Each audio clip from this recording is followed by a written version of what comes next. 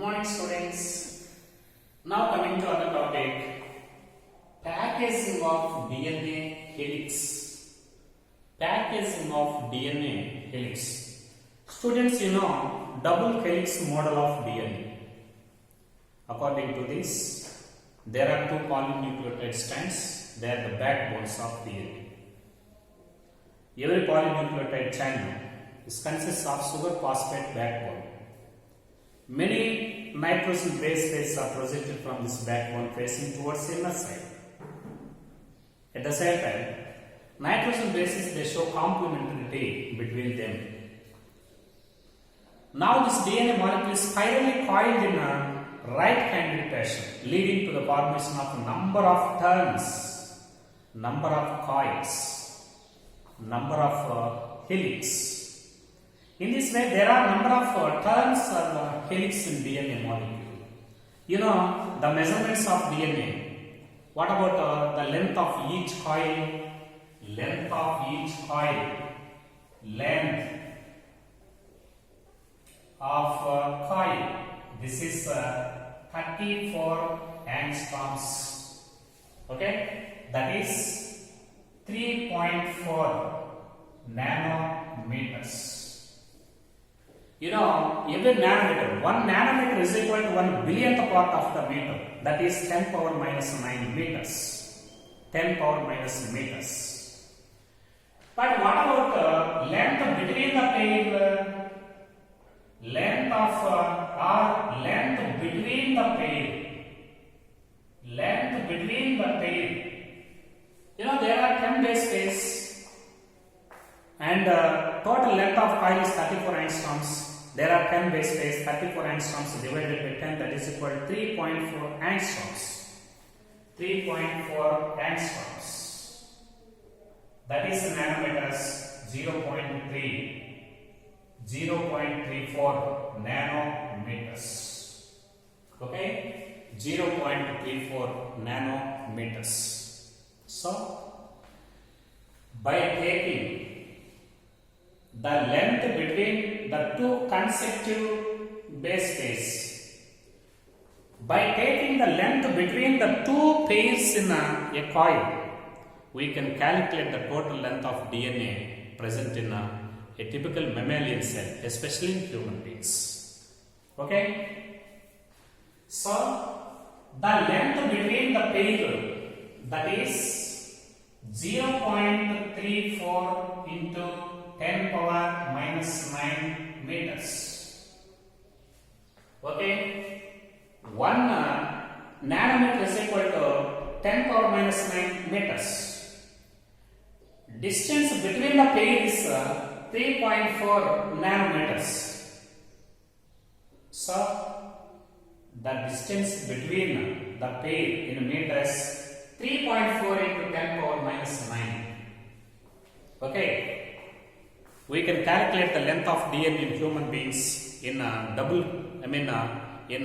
two haploids, two genomes of human beings. We can calculate the DNA length in human beings cell by multiplying the total number of nucleotides, the total number of base pairs into the length between the base pair. So, you know, the length between base pair is equal to 0.34 into 10 power minus 9 into the total length 6.6 into 10 power 9. That gives 2.2 meters. Very, very important. Okay. By calculating by multiplying the total number of base pairs by the length between the base pair, we can obtain the total length of DNA in human beings cell, that is 2.2 meters.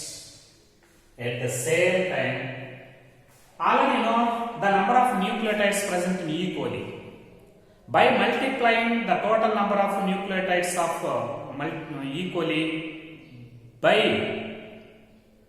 the distance between the base pair, we can calculate the total number of length in the DNA of E. coli. So, in case of E. coli, this is 4.6 into 10 power 6 into, this is the total number of base pairs in E. coli.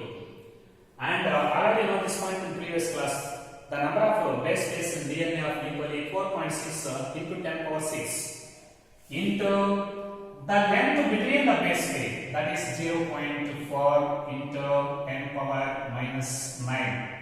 It gives 1.36 millimeters length. This is the length of DNA present in E. coli. Very, very important. Students, very, very important. Okay. Length between the base pair is 3.4 angstroms. That is 0.34 nanometers. 1 nanometer is equal to 10 power minus 9 meters. So length between the base pair in that is 0.34 into 10 power minus 9. That is the length between the pair. By calculating the total number of nucleotides or base pairs by this length, we can obtain the total length, that is 2.2 meters in human being cell, that is 1.36 millimeters in E. coli cells. Okay. Generally, scientists they calculate the length of DNA in kbp. Usually, scientists they measure the DNA length, they calculate, they explain the DNA length in kbp. kbp, 1 kbp is equal to 1000 base pairs. 1000 base pairs considered as kilo base pairs. 1000 base pairs is equal to 1 kbp, kilo base pairs. Okay? Actually, 2.2 meters of DNA is present in one cell of human beings. 2.2 meters length DNA is present in one cell of human beings. So, this length of DNA, that is very, very important. 2.2 meters DNA. This length is greater than the length of dimension of nucleus. The length of dimension of nucleus.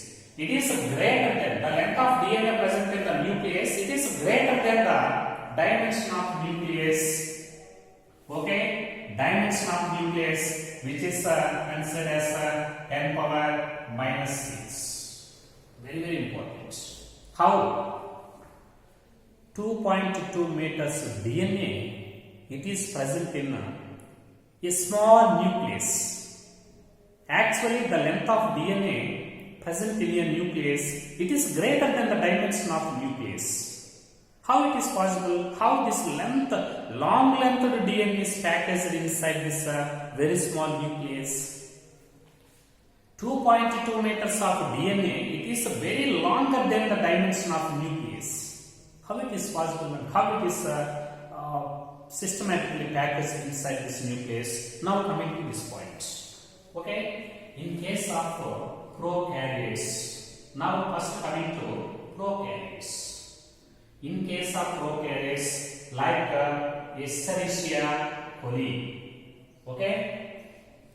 You know the structure of E. coli or the structure of prokaryotic cell. The prokaryotic cell, prokaryotes like E. coli, here nuclear membrane is absent. Nuclear membrane absent. Okay? Nuclear membrane is absent. And naked DNA molecule is there. Naked DNA. And no histone proteins. Histone proteins are absent. Okay? So, in case of prokaryotes like E. coli, DNA, it is not spread entire, it is not scattered inside the cytoplasm. It is freely suspended in a location of cytoplasm, where the nuclear membrane is absent, where the histone proteins are absent, the double stranded naked circular duplicate DNA is there. Such type of nucleus present in this prokaryotes is called nucleoid. Very, very important. Nucleoid. And this is also called genopore. This is also called genopore. Such type of nucleus is present in prokaryotes. Here, genetic material DNA is not scattered inside the entire cytoplasm. A part of the cytoplasm consists of freely suspended genetic material DNA.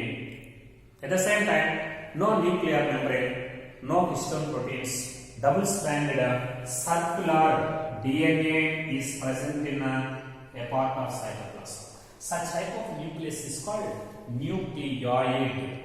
Such a nucleoid is also called genopore.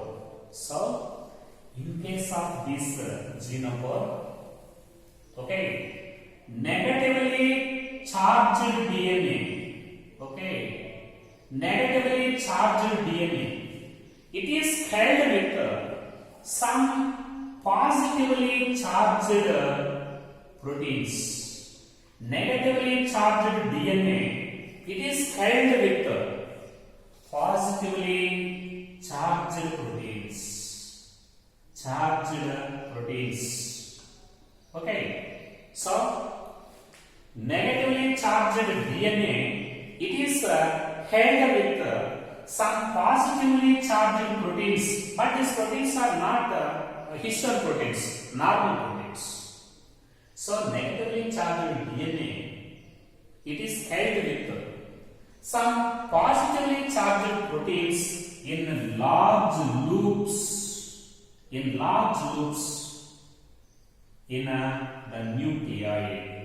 nucleoid. So, nucleoid is represented by large loops. Inside these loops, negatively charged DNA, it is organized and held with positively charged proteins inside these large loops. In this way, in prokaryotes, there are large loops, no histone proteins, and negatively charged DNA is held with positively charged proteins inside these large loops. That is present inside the nucleus. This is the nature of packaging of DNA in case of prokaryotes. But what about in eukaryotes? Very, very important. What about in eukaryotes? But in case of eukaryotes, this DNA, it is more complex. DNA packaging, it is much more complex. Much more complex. Okay? Here, in this type of eukaryotic cells, cell nucleus is covered by well-defined nuclear membrane. Okay, well-defined nuclear membrane is there, and histone proteins are also there. Histone proteins are there. Okay, histone proteins. So, in case of eukaryotic cells, negatively charged DNA, it is held with positively charged histone proteins. Histone proteins. In case of eukaryotic nucleus, there is a set of histone proteins. These histone proteins, these histone proteins are positively charged. Negatively charged DNA molecule, it is held with positively charged set of histone proteins in eukaryotes. Set of histone proteins in eukaryotes. But these histone proteins, they carry the positive charge. How these carry the positive charge? The positive charge of these histone proteins, it is due to the basic, it is due to some abundant amino acids. It is due to amino acids. These histone proteins are represented by the basic amino acids. What are amino acids present in this histone proteins? One is lysine and arginine. Lysine and arginine. So, These histone proteins, there are a set of histone proteins. In this histone proteins, positive charge is there because these histone proteins, they contain abundant amino acids, abundant of amino acids like lysine and arginine.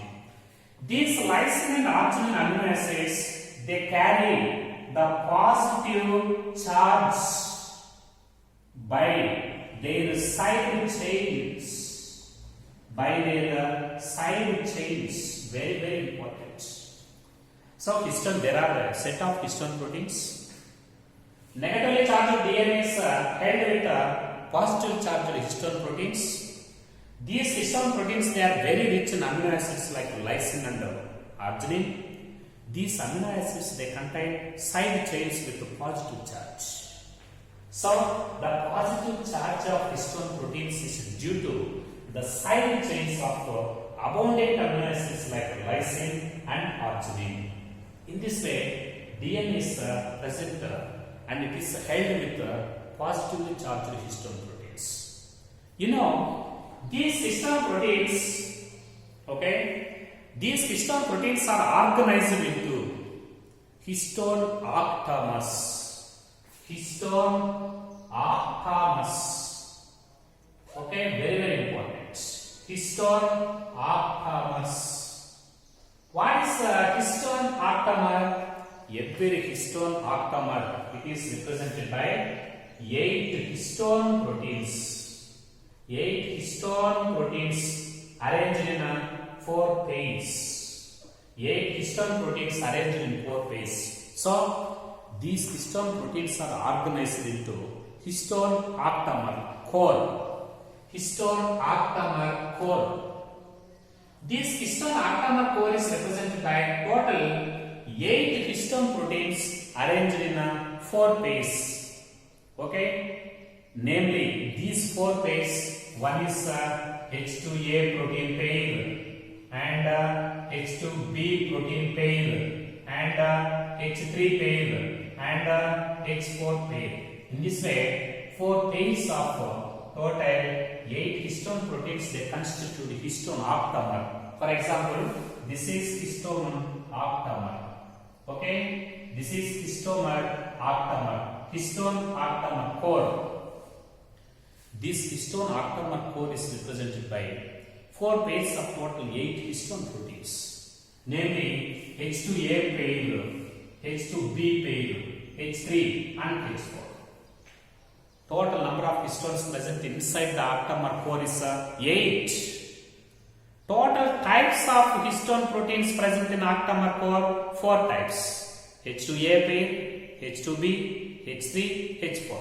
Total 8 proteins are there and they are arranged in 4 pairs and the total types 4. Okay? At the same time, outside the histone core, there is another protein. This is H1 protein. So,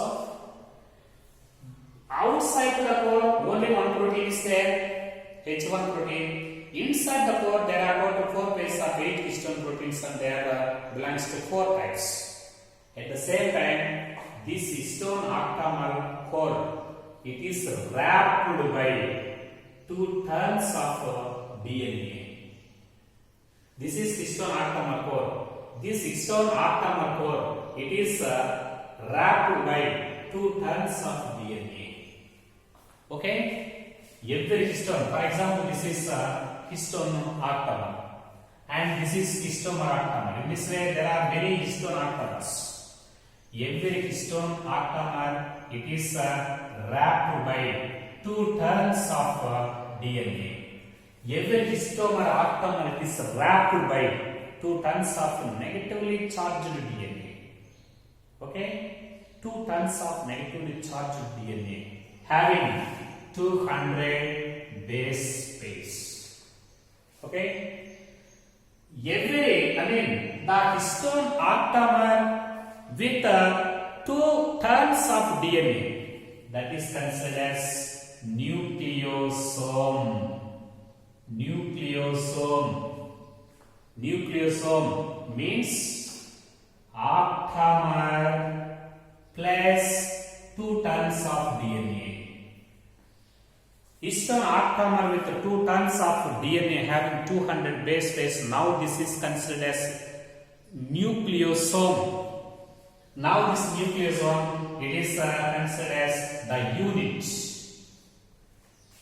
And all these histone nucleosomes, they are wrapped by 2 turns of DNA, leading to the formation of a spirally coiled. This is spirally coiled chromatin. So, this spirally coiled chromatin, it is represented by the repeating units. Such repeating units are called nucleosomes. Every nucleosome is represented by octamer core with 4 pairs of total 8 histone proteins, and every core is also wrapped by 2 turns of DNA, and histomer octamer core plus 2 turns of DNA is considered as one repeating unit, that is called nucleosome. In this way, chromatin fiber, spirally coiled chromatin fiber is represented by the repeating units of nucleosomes. Such gives beads on string structure. In electron, this gives beads on string structure. Beads on string structure in an electron microscopic view. So, every electron microscopic view of chromatin is represented by the repeating units of nucleosomes.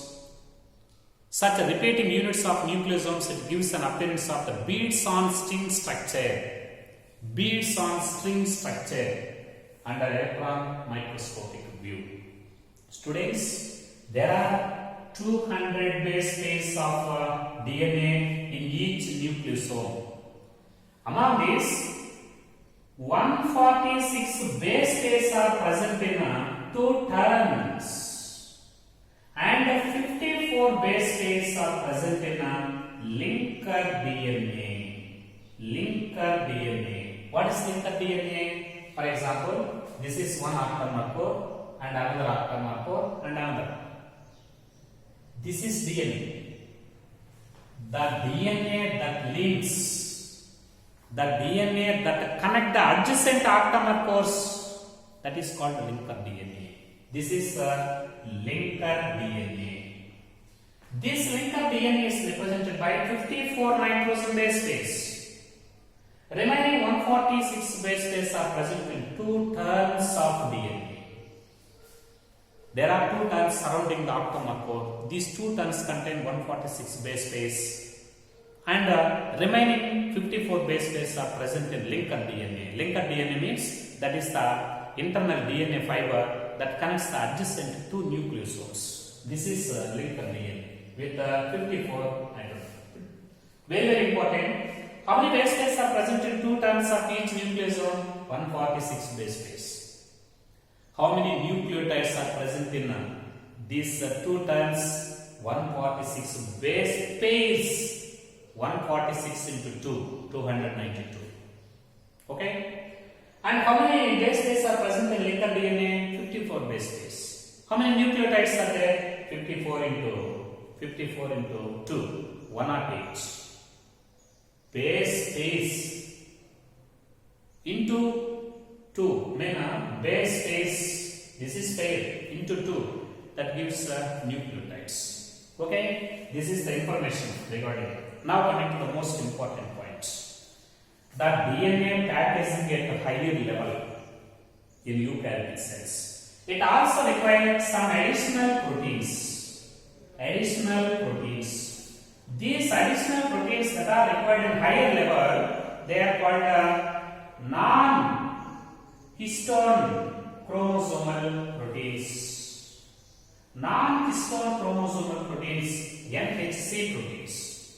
Not only histone proteins, but also some additional proteins called non-histone chromosomal proteins are also required in the packaging at a higher level. Non-histone chromosomal proteins are also required at a higher packaging level. For example, in some members, very, very important. In some members, these chromatin It is loosely packed. Loosely packed. In some members, this chromatin is loosely packed, loosely spiral, loosely coiled.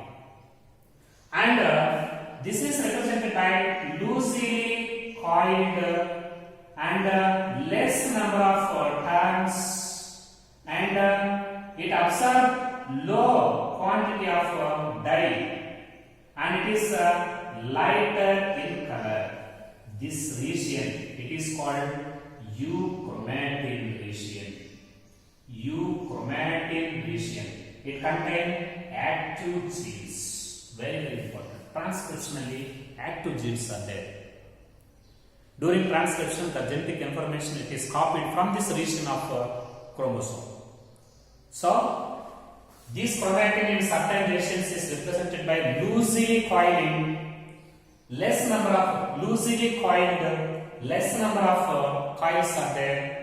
It absorbs low quantity of dye on staining, and it is in a lighter in color, and it contains active genes. Such a loosely coiled region of chromatin is called euchromatin.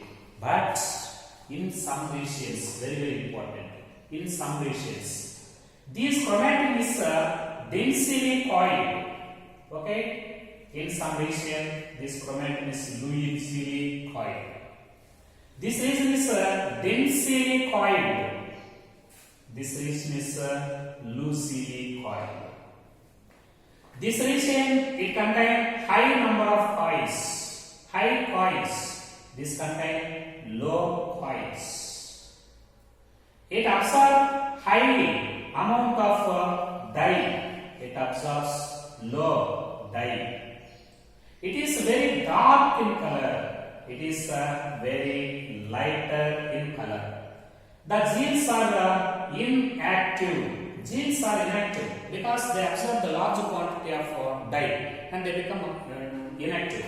But genes are active. So this region is called euchromatin region. Okay, this region is called heterochromatin region. Heterochromatin, euchromatin and heterochromatin. Very, very important. In heterochromatin, genes are inactive. Genes are inactive. Transcriptionally, this is not active, inactive. But euchromatin, this is represented by active genes. Transcriptionally, this contains active genes. This is euchromatin and heterochromatin. The most important difference is densely coiled, loosely coiled. More number of coils are there, less number of coils are there. It contains high dye, concentration of dye, low content of dye. It is a dark colored, light colored. Active genes are there, inactive genes.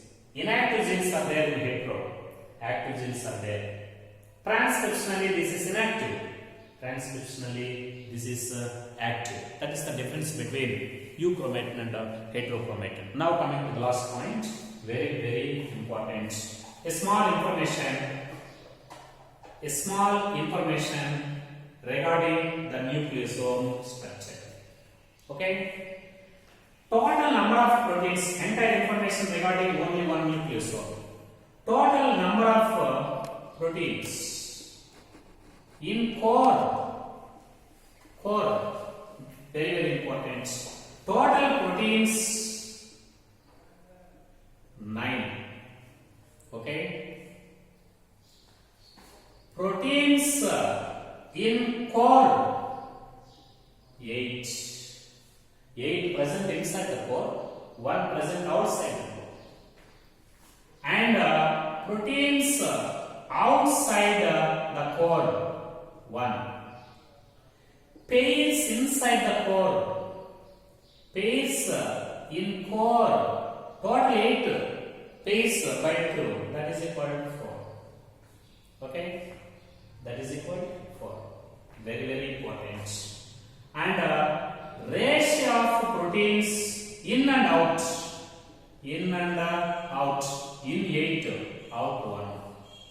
In 8, out 1. Okay, very important. And types, total types, very important. Total proteins 9. Total types. Okay, total types 5. Types inside the core, that is 4 types. Types outside to the core, that is 1. Okay, now coming on the points. Total nucleotides, 200 base pair. Total base pairs 200. And surrounding the core 146 base pairs. In linker DNA, that is 54 base pairs. This is the information regarding only one nucleosome. Objective, most important objective points. Anyhow, total proteins 9 and proteins inside the core 8, outside the core 1. Total pairs inside the core 4. Okay, total types 5 types. Inside the core 4 types, outside the core 1 type, that is H1. Okay, and total base pairs of DNA present in one nucleosome 200 base pairs.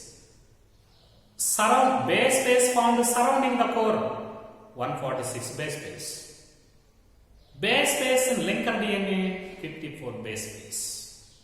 Okay, so this H1 protein, what is the role of this H1 protein? Why it is present outside the core?